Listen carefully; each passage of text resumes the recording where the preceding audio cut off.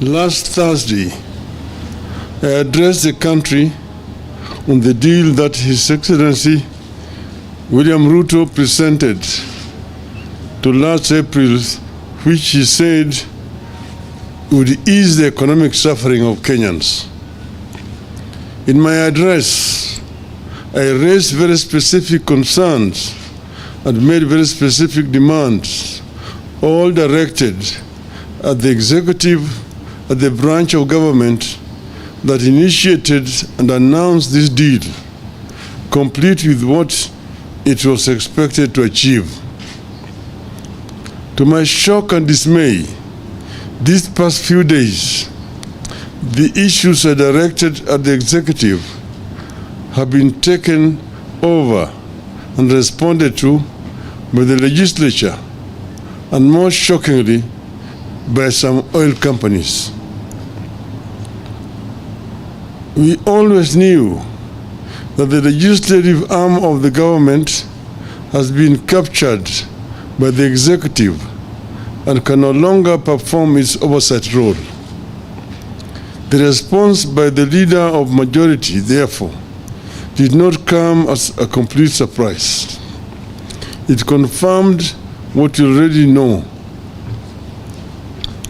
What came as a complete shock was the response from some of these oil companies who are actually part of the cartel. Apparently, you have reached a situation where oil marketing companies, all with shady histories, feel confident and compelled to answer Kenyans when Kenyans seek answers from their government. This is the clearest indication of state capture and complete takeover by cartels. The cartels speak for the government, and the government speaks for the cartels.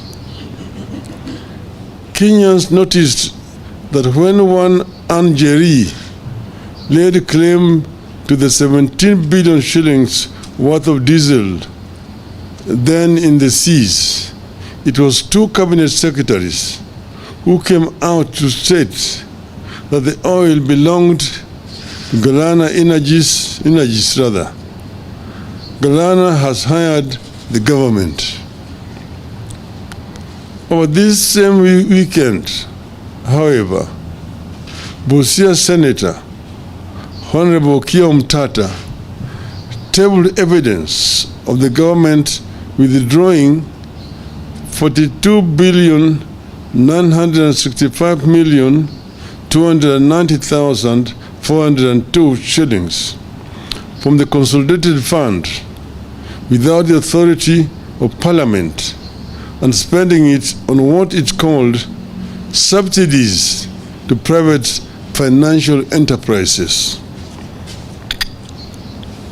The senator tabled evidence that in June 2023, at the closure of the financial year 2022-2023, the National Treasury withdrew 17,222,718,630 shillings to subsidize private financial enterprises. He was able to establish a link between the Kenya shillings 17 billion, which was unconstitutionally withdrawn from the consolidated fund in June 2023 to subsidize unnamed private financial enterprises, and the 17 billion shillings contested oil shipment between Mrs. Njeri and the two cabinet secretaries. I concur with Senator's suspicion that Njeri is the private financial enterprises funded by the Kenya shillings 17 billion illegally from the consolidated fund and received by the Ministry of Petroleum and Mining. The CS for Energy and Petroleum, Mr. Chirchir, and National Treasury, CES, Njuguna Ndungu, have certainly committed criminal offenses, abused office, and gone against the Constitution. They stole money from the Consolidated Fund in addition to spending money way above what Parliament approved. They must not only resign, they must also be prosecuted. I want to speak today both to the cartels and the executive, who it appears are joined at the hip. The oil firms, the National Assembly majority leadership, and the CS David Chirchir have talked of there being a G2G memorandum of understanding in this oil deal. Once again, I am asking that the documents be shared with the public. This must be documents signed by a representative of the government of the Kingdom of Saudi Arabia and the United Arab Emirates and the Republic of Kenya, not that of the Ministry of Energy and Petroleum and ADNOC Global Trading Limited or Emirates National Oil Company. Kenyans will have noticed that even as our Ministry of Energy and Petroleum was signing deals with state-owned corporations in the Middle East, our own National Oil Corporation is completely left out. NOC has a legal mandate to participate in all aspects of the petroleum industry and is only owned by the government of Kenya through a joint ownership by the ministry responsible for the petroleum function. How does Chirchir explain the exclusion of this corporation in favor of private shady firms? If he was signing, he should have signed with the minister. Is equivalent on the other side. But those companies are the ones which will sign with the NOC, not the minister. We also know that for a ship to leave one port for another, loaded with goods, it has to get a letter from the Ministry of Energy and Petroleum indicating that the ship is authorized to carry and offload the cargo in Kenya.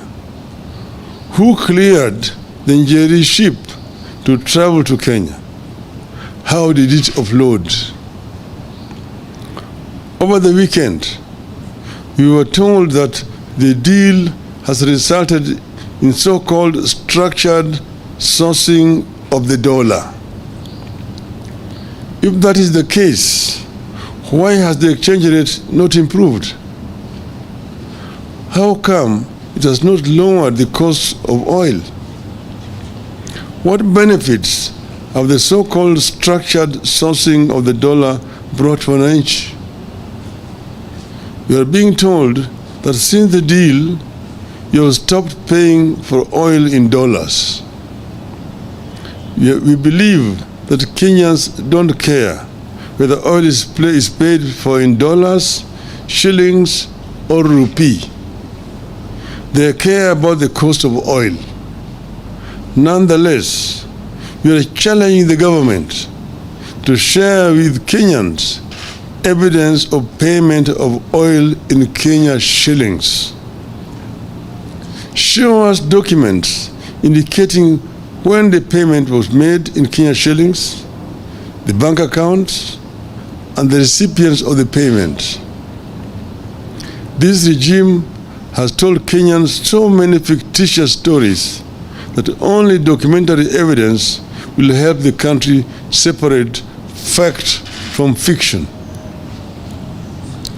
The oil companies and the Ministry of Energy and Petroleum have claimed that it is easy to verify that corporate tax is being paid by the oil companies. We agree that this shouldn't be a difficult task. So we are asking these firms to table the evidence of meeting the corporate tax obligations. Don't tell us, show us.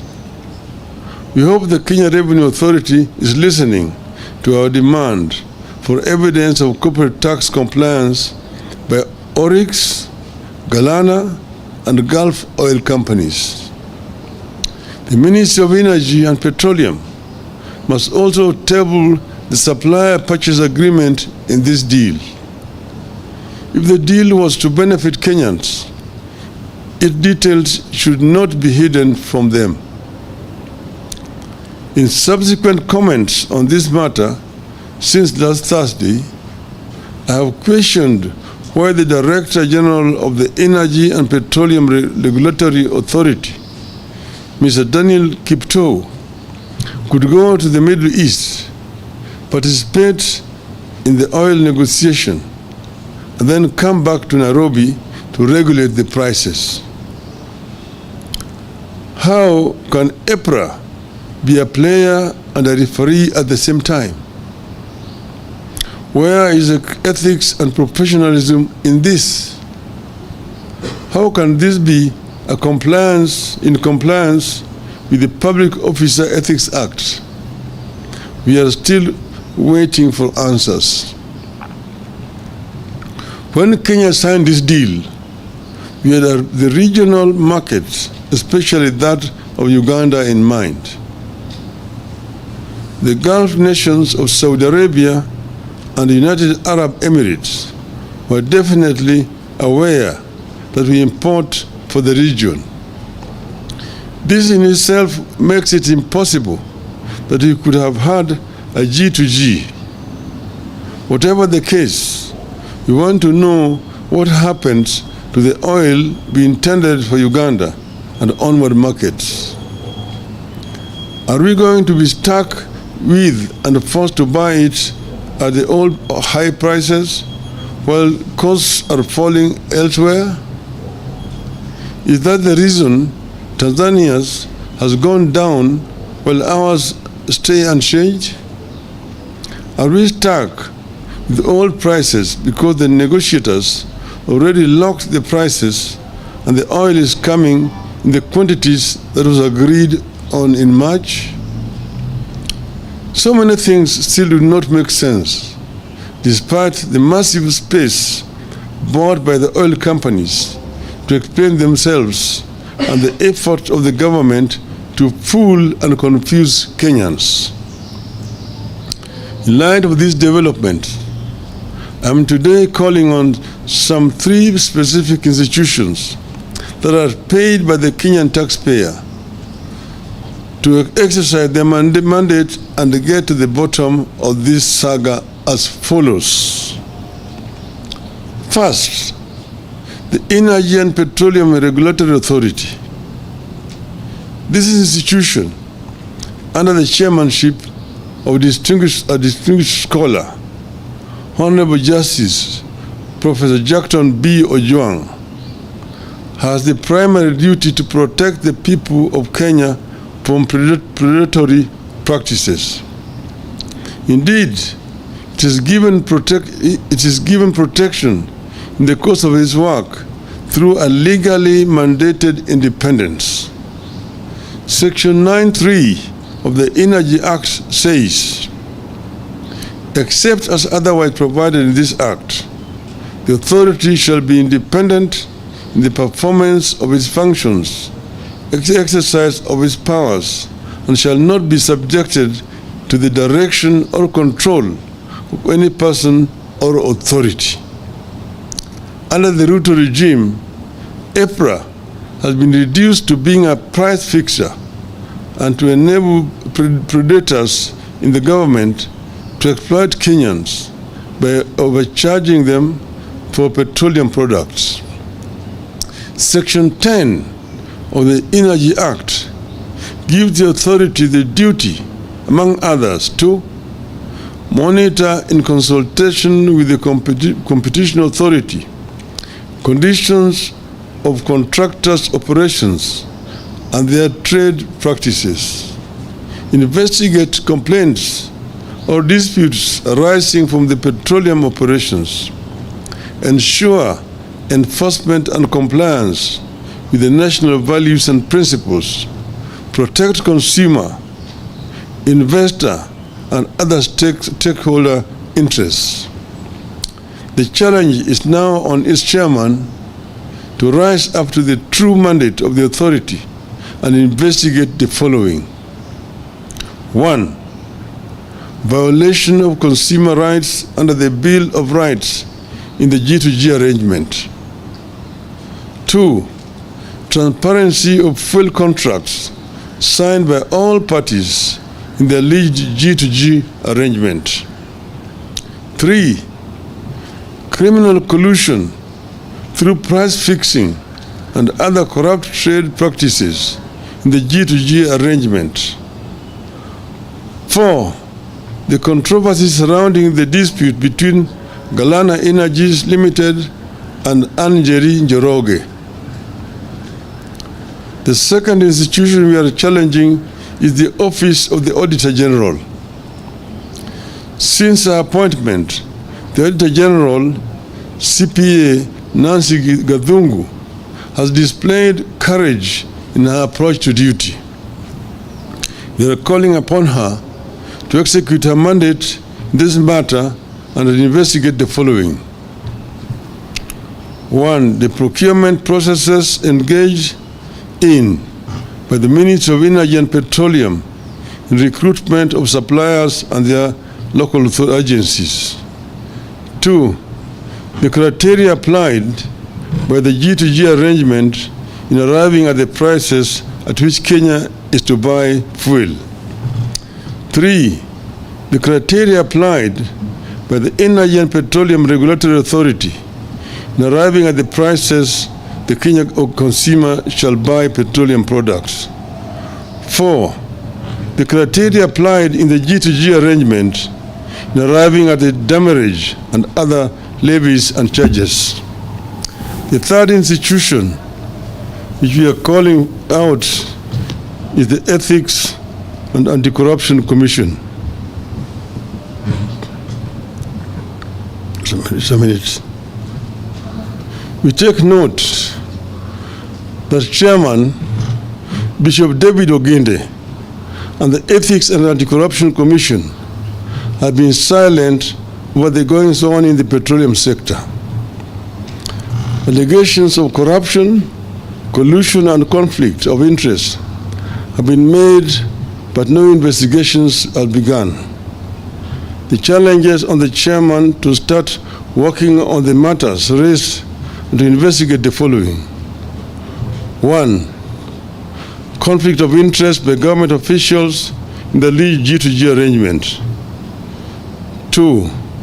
Bribery and commissions and kickbacks from revenues raised by the G2G arrangement. 3. Criminal collusion through price fixing and other corrupt practices in the G2G arrangement, and violation of procurement laws in the recruitment of suppliers and their local agencies. Once again, we reiterate that we stand by every word that we have said on this oil deal. We will not relent on this matter until the truth is known and punishment that fits the crime is meted out. In the meantime, heads must roll at the Energy Ministry and National Treasury. End of statement.